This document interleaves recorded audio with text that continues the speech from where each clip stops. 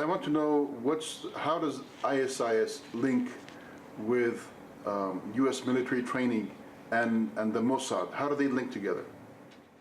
We know that the cadre members of ISIS were trained in Jordan by U.S. Special Forces. We know that among ISIS, we have American trainers and cadre members serving with ISIS. We have 15 that we know of. We know that up to 1,500 ISIS and al-Nusra wounded are being treated in Israeli hospitals. We have tracked their weapons from Afghanistan through Jordan. They're being transited across Jordan. They're receiving weapons directly from the United States. We've watched their rhetoric about Gaza, how they were going to support Gaza. We don't see them supporting Gaza. We've seen their rhetoric about how they were going to support the Palestinian people. The only thing that ISIS supports is the Israeli agenda. They fight Israel's enemies. They do Israel's bidding. They do nothing else. Anyone that can't see this, we don't see them as anything more than a theatrical troupe. They're a massive psyop, but they're also well-trained, very capable, much smaller than anyone knows. And we know that they're outmaneuvering Syria, they're outmaneuvering Iraq, because they have surveillance, reconnaissance information from satellites run by the United States. They're receiving very current intelligence through the United States and Israel, aiding them. And they're using it well. They're using it in a very skilled way, and they're a very significant threat. Okay, Gordon, here in the same article, it's a very interesting article, you mentioned they killed 3 teenagers. I want to know these 3 teenagers, your assumption of who killed them, how it happened, and what the false flag was. We always look at any situation. In every situation, the Latin term is cui bono, who benefits. There is no proof of any kind. There have been no arrests, no charges filed against any member of Hamas. The first thing that I did when we learned of the kidnapping of teenagers in Hebron is I went to my chief of staff, Colonel James Hankey, U.S. Army Special Forces, retired. He's the former U.S. attaché to Israel. I asked him if this was a typical thing, if Hamas did kidnap people there, and he said, yes, they do. And then we went through a typical scenario for a kidnapping. This did not match. Then we looked at the behavior of Israel after this supposed kidnappings. It wasn't the same. Israel was acting immediately as though they were trying to force whoever had kidnapped the 3 teenagers to kill them. In fact, we know they were killed immediately, and Israel's behavior, let's say, had displayed their knowledge of this. As this went on, we found complicity within Israeli police organizations. Now, I don't look on Israel as a unilateral group. We know there are rogue elements within Shin Bet, within Mossad, within extremist political groups, and certainly the ruling party, Likud, is an extremist terrorist political group. Few have a clear understanding of their agenda. They're very dangerous people. We had always looked on Israel as being unwilling to kill their own, that they had always valued the lives of their own children, that they would never sacrifice their own. We've now changed. We believe that they will kill their own. We know that they needed to do this. They've been under tremendous pressure in so many ways.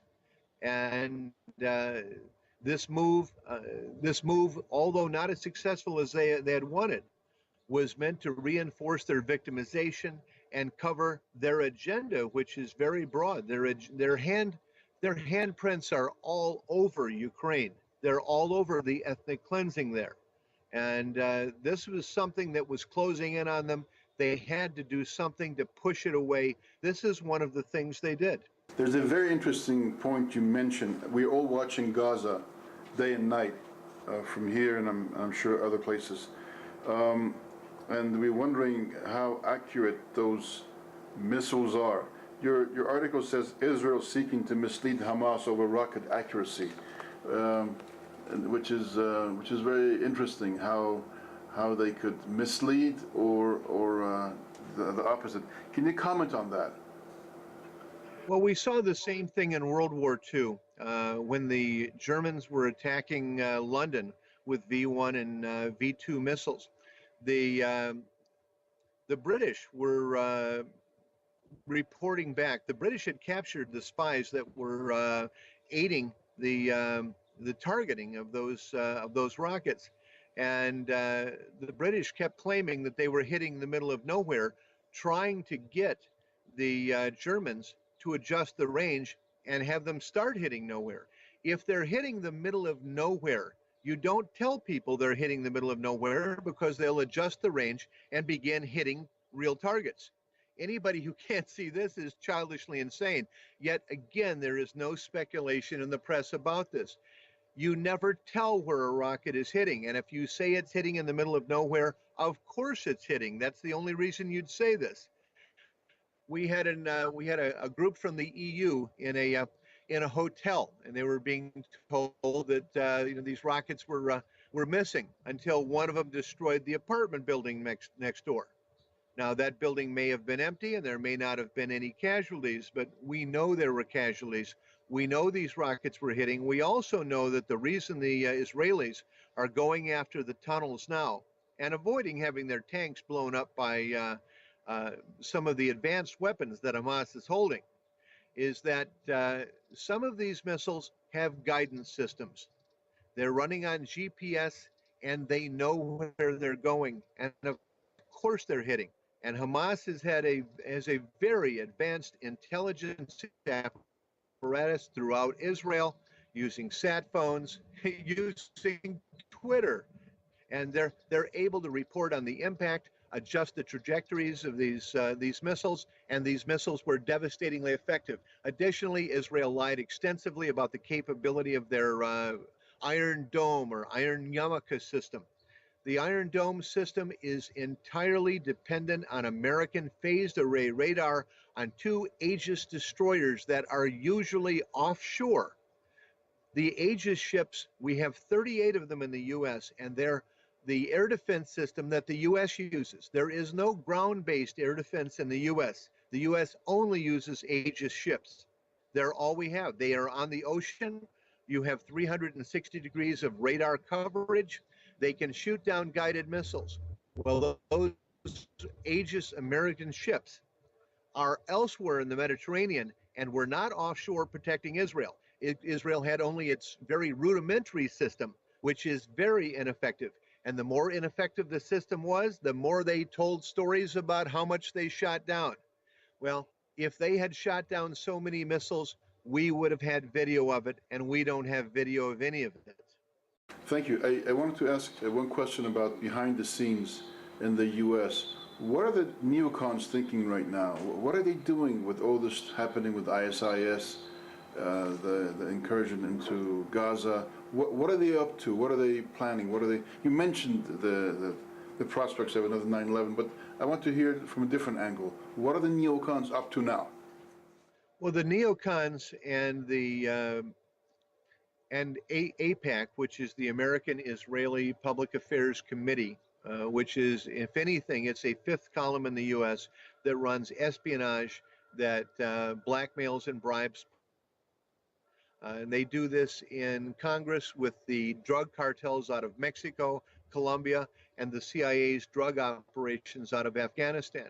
And because of changes in American law, cases that passed America's very corrupt Supreme Court, they have a free hand to bribe politicians. America's government is paralyzed, and this is something that people outside the United States have difficulty seeing. But with a paralyzed government, President Obama has very much been opposing the neocons, and most of the criticism of both Hillary Clinton and Obama originates from the Zionists. And it's very sad that many people who think they're supporting the Palestinians, who think they're supporting Islam, attack President Obama, whose Secretary of Defense, Chuck Hagel, is a very moderate force toward relations with Islam. They end up attacking General Dempsey, military forces, as chairman of the Joint Chiefs of Staff, who is a brilliant man, a man who has stood against Israel. And those people are under attack even from those who believe they're aiding Islam, because the publicity that drowns the world has so much money behind it, so much drug money, so much power, that people are confused. As far as the neocons run ISIS through groups, the Jamestown Foundation, the Potomac Institute, the American Enterprise Institute, the Heritage Foundation. These are Washington think tanks that are running the war in Ukraine, that are running the war in Syria, that are advising ISIS, that helped plan 9/11 and will help plan another one. And we expect another one here.